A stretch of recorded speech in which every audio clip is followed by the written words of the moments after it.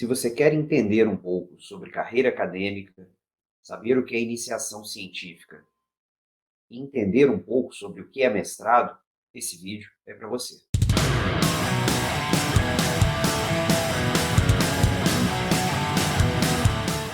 Antes de tudo, é importante dizer que esse vídeo foi desenvolvido especificamente para os alunos ingressantes do curso de administração, da disciplina de seminários de integração, com o propósito de discutir sobre esses três pontos: carreira acadêmica, iniciação científica e mestrado.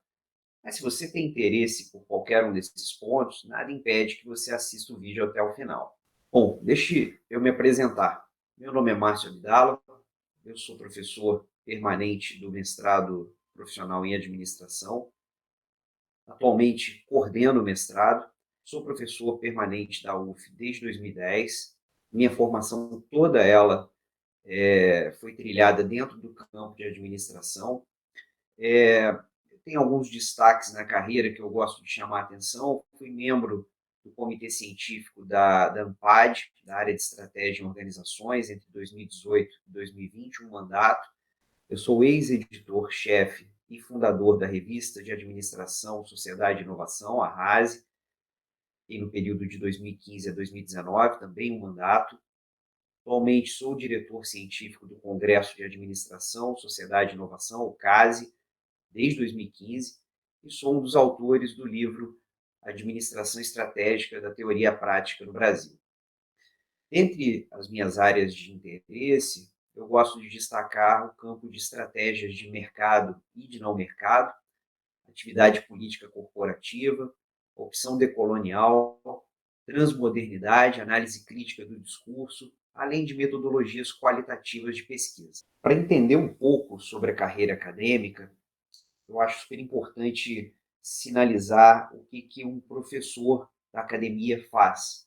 Ao contrário do que as pessoas pensam, que o professor ele dá aula, a gente faz muito mais do que isso, né? A universidade ela é sustentada por um tripé que envolve pesquisa, ensino e extensão, e a gente ainda conta com atividades administrativas, então não é necessariamente um tripé, mas é importante dizer que as atividades de ensino, elas são uma pequena parte de todo esse feito da universidade. Aqui eu tentei listar algumas coisas que nós fazemos enquanto acadêmicos, né? A gente faz muita leitura, isso é parte do nosso cotidiano, então, se você não gosta de ler, definitivamente a academia não é o melhor lugar para você. E eu gosto de dizer isso com muita tranquilidade, porque a gente tem que se encontrar. O campo da administração é um campo muito vasto e tem espaço para muitas áreas, né? Para que você exerça diversas das suas habilidades. A área acadêmica é uma área que demanda muita leitura, muita compreensão, muita reflexão, e aí, naturalmente, nós produzimos conhecimento. Então, a gente participa de bancas, a gente faz palestras, a gente produz textos, avalia artigos, desenvolve atividades de extensão, publicamos trabalhos, né, que normalmente são frutos de pesquisa, organizamos eventos ou grupos de trabalhos, apresentamos resultados de pesquisas, participamos de comissões, fazemos editoria de periódicos, e eu, apenas para chamar a atenção, essas atividades nos post-its mais clarinhos são atividades não remuneradas. Eu quero dizer não remuneradas porque, em geral, são atividades que estão fora da sua atividade cotidiana como acadêmico de uma instituição. Essas demandas costumam vir de fora. Então, por exemplo, eu fui do comitê científico da ANPAD. A ANPAD é uma outra instituição, não faz parte da UF, né? A UF é uma universidade conveniada com a ANPAD. Quando nós publicamos trabalhos para fora.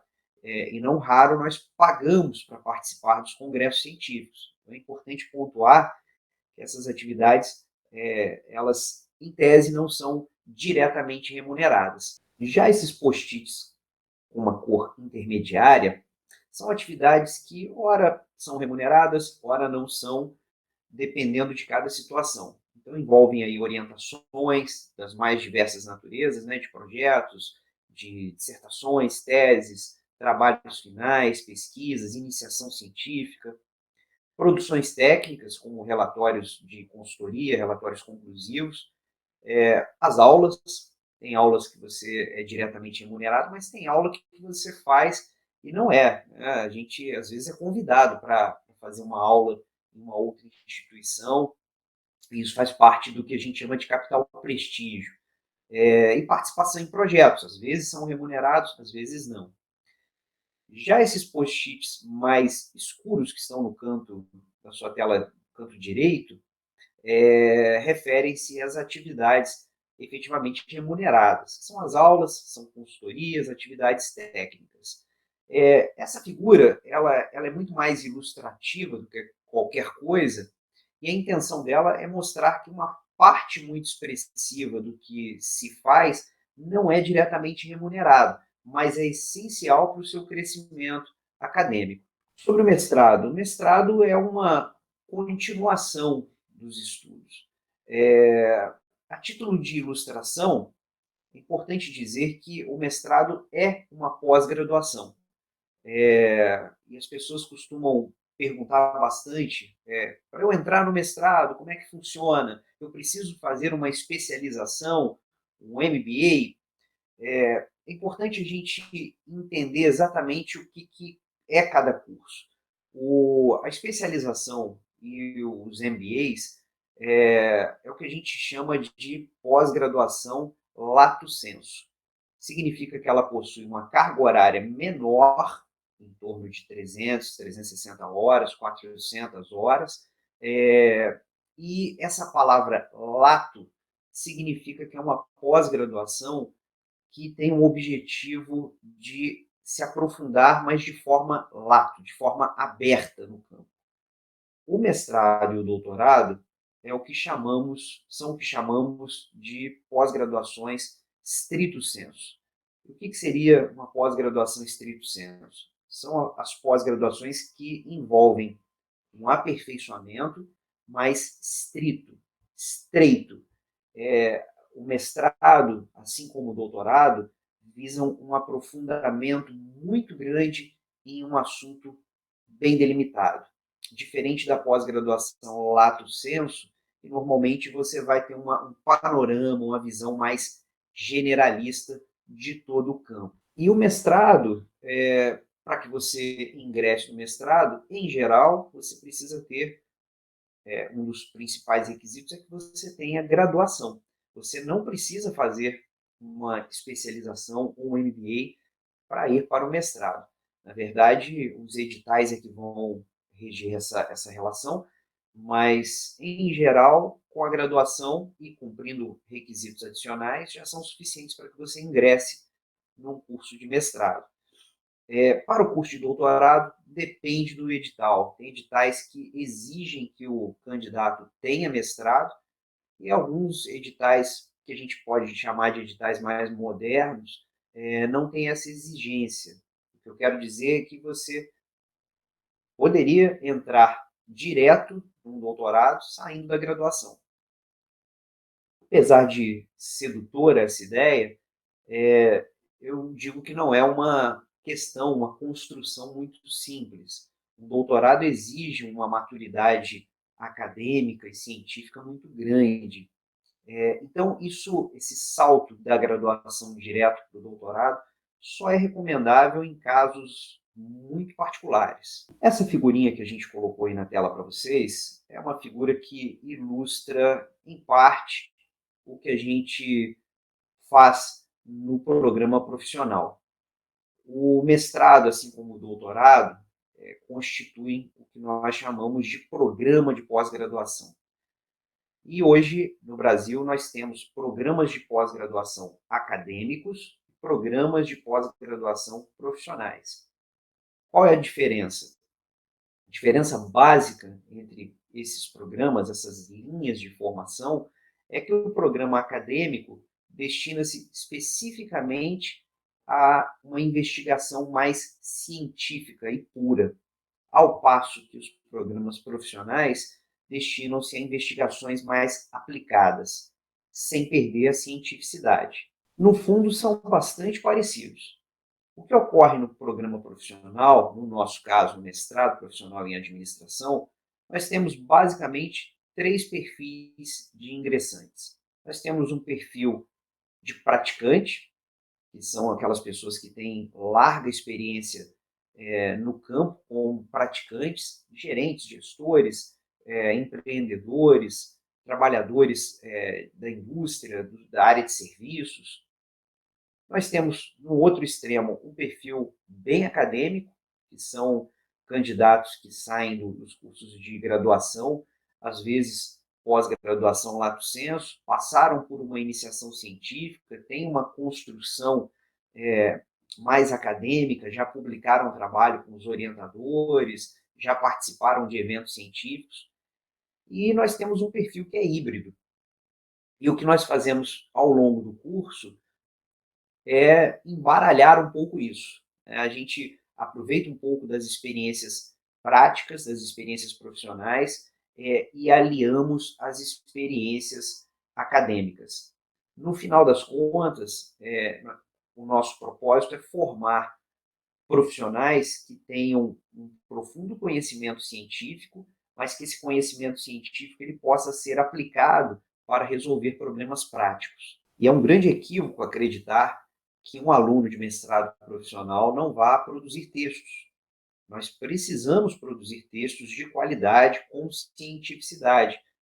A questão é que o direcionamento desses textos tem algumas sutilezas que os diferem dos mestrados, dos programas acadêmicos. Eles têm uma conotação mais aplicada. No nosso programa, nós temos 3 linhas de formação.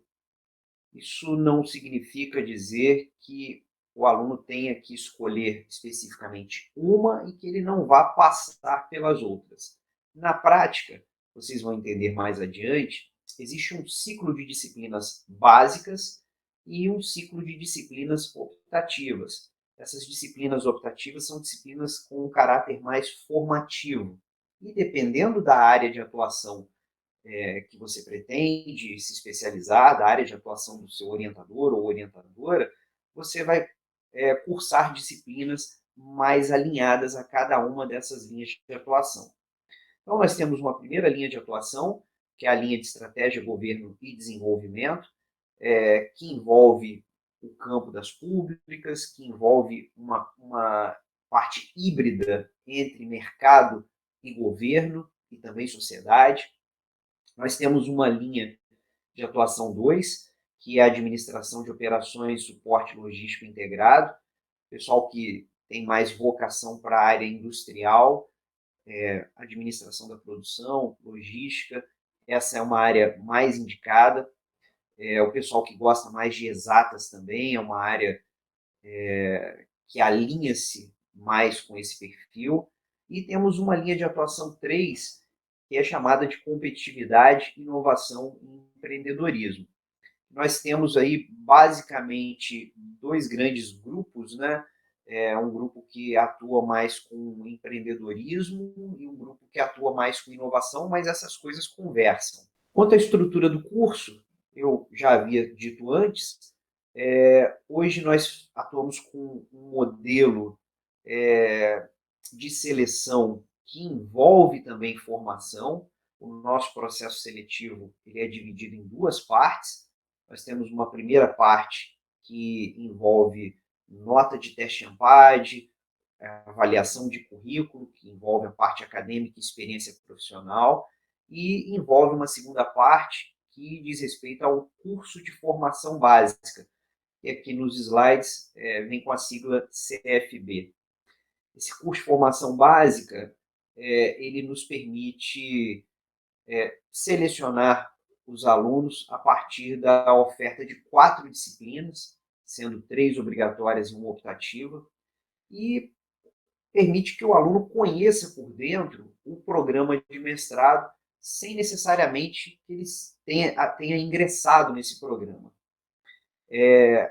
Esse curso de formação básica ele tem a duração de 6 meses e, uma vez aprovado nessa etapa do processo seletivo, a pessoa se torna efetivamente aluno ou aluna do curso, deixando a condição de candidato ou candidata.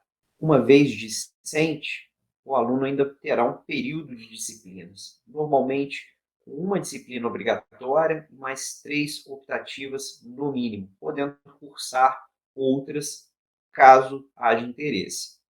Normalmente, esse período de disciplinas compreende um espaço de 12 meses. E entre 12 e 18 meses existe um período que a gente chama de período para qualificação, no qual esse aluno vai apresentar para uma banca o seu projeto de dissertação. E a banca vai tecer contribuições. Os 6 meses finais são dedicados exclusivamente à produção da versão final da dissertação. Então, nós temos aí um período de 6 meses que envolve um curso de formação, um ano que envolve as disciplinas, 6 meses que envolve o que a gente chama de dissertação 1, que é a parte de qualificação, e mais 6 meses para finalizar a dissertação como um todo.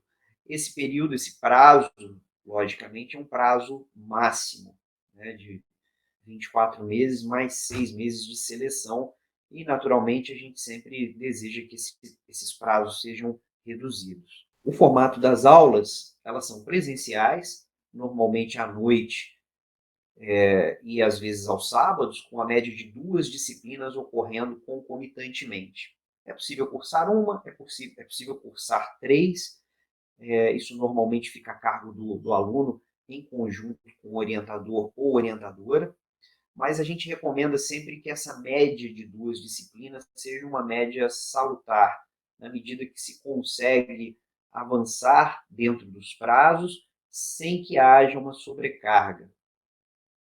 Naturalmente, durante o período de pandemia, essas disciplinas elas são ofertadas remotamente, mas em período sem pandemia a gente faz essas disciplinas presencialmente. Um ponto que cabe mencionar é o nosso programa de integração com a graduação, é o chamado PIN. Esse programa ele visa uma proposta de aceleração de estudos. A ideia desse programa é que discentes de graduação que desejem atuar na área acadêmica consigam, por meio de um edital, adiantar, acelerar esse processo de formação. Esse modelo de aulas, esse formato de aulas que é aplicado ao mestrado, também vale aos alunos do PIN, com um adendo. Os alunos do programa de integração, eu diria que possuem uma carga horária de dedicação maior que os mestrandos e muito maior do que os alunos de graduação, porque cursa as duas coisas de forma concomitante. Portanto, é importante que os alunos do PIN, do Programa de Integração com a Graduação, consigam fazer essa gestão do tempo, de maneira que seja possível e viável cursar as disciplinas do mestrado sem que haja conflito com as disciplinas da graduação. Aqui a gente apresenta algumas características que são importantes para aquelas pessoas que desejem trabalhar com pesquisa, trabalhar com investigação, trabalhar com a parte acadêmica, com aprofundamento científico. Parece coisa, à primeira vista, parece coisa de autoajuda, mas essas características elas são verdadeiramente importantes por uma série de razões. A pessoa que ingressa num programa de mestrado necessita ter muita dedicação, especialmente em função da elevada carga de leituras. É importante que haja uma gestão do tempo para que se consiga lidar com isso. É necessário também que se tenha autonomia. Existe a figura do orientador, da orientadora, são especializados no assunto, mas é super importante que mestrandos e mestrandas demonstrem autonomia, porque esse orientador ou orientadora não fica integralmente à disposição. Esses orientadores possuem outros orientandos e orientandas, além de outras atribuições. Então, essa autonomia, esse andar com as próprias pernas, é fundamental para que se obtenha sucesso no programa. A responsabilidade também é outra característica extremamente importante. O mestrado e o doutorado mais ainda são compromissos de longo prazo, que demandam envolvimento e persistência, especialmente no que diz respeito ao desenvolvimento de pesquisas. Um programa de 2 anos, você fazer uma pesquisa apenas, é uma dedicação muito grande com um foco muito estreito. É muito fácil que se desvie a atenção. Portanto, essa responsabilidade conjugada com dedicação, autonomia e organização são essenciais para que isso funcione de uma forma bem-sucedida. Também é necessário que se tenha muita organização para lidar com grandes volumes de dados especializados e converter esses dados de forma crítica em informações que sejam relevantes para a academia, para a ciência e, no nosso caso, especialmente relevantes para os praticantes, para a prática da administração. Portanto, a habilidade de organizar tudo isso é imprescindível para que se tenha sucesso. Bom, então eu vou falar um pouco sobre as informações mais básicas, tanto relativas ao programa de integração com a graduação, quanto à iniciação científica, o programa institucional de bolsas para iniciação científica. Vou falar primeiro do PIN, do Programa de Integração com a Graduação. O PIN é um esforço exclusivo do mestrado profissional em administração. Os processos seletivos, eles ocorrem por edital. Normalmente, nós publicamos um edital por ano, que são divulgados na nossa página, e o endereço está aí. Eu também vou deixar os endereços na descrição desse vídeo. Alguns requisitos são importantes, esses requisitos são normativos. O primeiro deles, estar matriculado no curso de graduação em administração, ter cursado entre 750 e 1.350 horas, descontando-se aí atividades curriculares, TCC e estágio curricular supervisionado. Então, são 750 a 1.350 horas em disciplinas. Possuir CR igual ou superior a 7,5, isso é muito importante. É um crivo importantíssimo, porque nós entendemos que um aluno ou uma aluna, para ser bem sucedido nesse programa, ele precisa ser um aluno acima da média. Não é um programa simples, não é um programa trivial, não é fácil.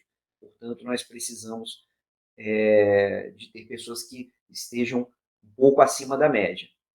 E também precisamos de uma carta de anuência de um orientador que seja docente do nosso programa. Essa carta de anuência é uma carta de intenções que demonstra que você tem aptidões e que aquela pessoa tem interesse de te orientar nesse programa.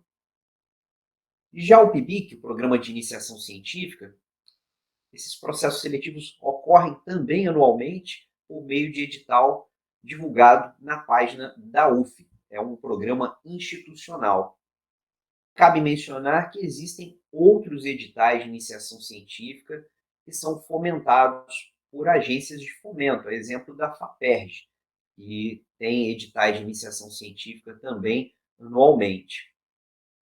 Alguns detalhes importantes do PIBIC: é um programa que concede ao estudante direito à bolsa. É necessário que se tenha um orientador que seja doutor, né, e que exista um projeto que vá nortear essas pesquisas. Ele tem vigência de 1 ano. Pela FAPERJ, por exemplo, é possível prorrogar por mais um. Na UF, é necessário que se apresente um seminário final. Portanto, o PIBIC, a iniciação científica, ela deve gerar resultados de uma pesquisa. Essa pesquisa você pode, inclusive, vincular ao seu trabalho de conclusão de curso, mas necessariamente você precisa apresentar os resultados dessa pesquisa num seminário ao final do programa. Bom, eu espero que você tenha aproveitado as informações, espero que elas sejam úteis a você. Caso tenha dúvida, faça contato, nós estamos aqui para ajudar e desejo a todos e todas muito sucesso no decorrer da carreira. Um forte abraço.